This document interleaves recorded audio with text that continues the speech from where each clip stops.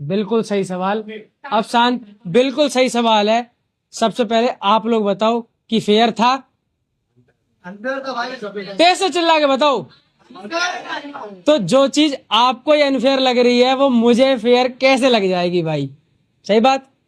सबसे पहले क्या हुआ कि जब ये टास्क हो गया, मैंने तो 1% मान लिया, मंजूरी भी दे दी कि चलो ठीक है, जो भी है बिग बॉस के जो शो बना रहे हैं उनकी इच्छा है, ठीक है मैं बाहर हूं, कोई बात नहीं।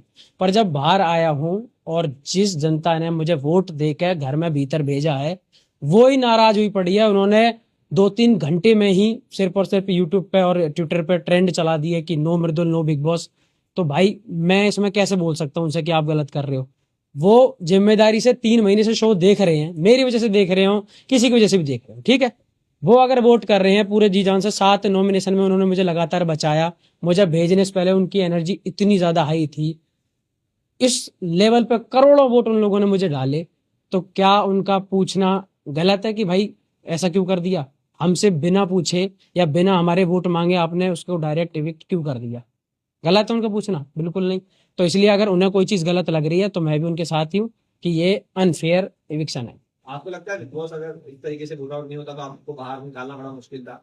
हाँ बिल्कुल, ये मुझे पक्का पता है क्योंकि मैं जब घर से अपने आया था, एंट्री करने के लिए अगर मेरे लोगों में और हमारे पूरे देश में जिस जिस परिवार ने या जिस जिस भाई ने मेरे लिए वोटिंग करी थी, तो आप खुद सोचो कि जब अगर मैं लास्ट फिनाले वाली स्टेज पे होता तो फिर वोटिंग वो किस तरीके से करते। और मैं बिल्कुल मानता हूँ क्योंकि इस चीज का जो डर है वो घर में हर इंसान को था। वो रोज कहते थे इस चीज को, जब जब मैं नॉमिनेट होता था, कि अगर जैसे 6 लोग नॉमिनेट होते थे घर में, तो वो मुझसे आके कहते थे कि अरे 5 ही तो हुए हैं, मर्दुल को तो आना ही है वापस।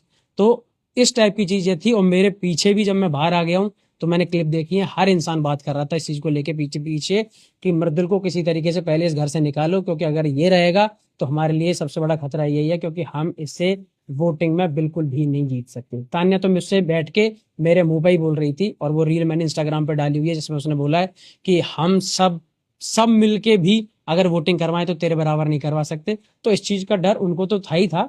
और मैं बिल्कुल कंफर्म था कि अगर मैं फिनाले वाले स्टेज पे खड़ा हुआ हूं तो ऐसा हो ही नहीं सकता कि मुझे वोट से कोई इनमें से हरा दे, क्योंकि मेरे लोगों ने साफ कह के भेजा था कि तू बाहर आ ही नहीं सकता, तू चाहेगा भी हम तब भी तुझे बाहर नहीं आने देंगे, इतनी वोट डाल देंगे।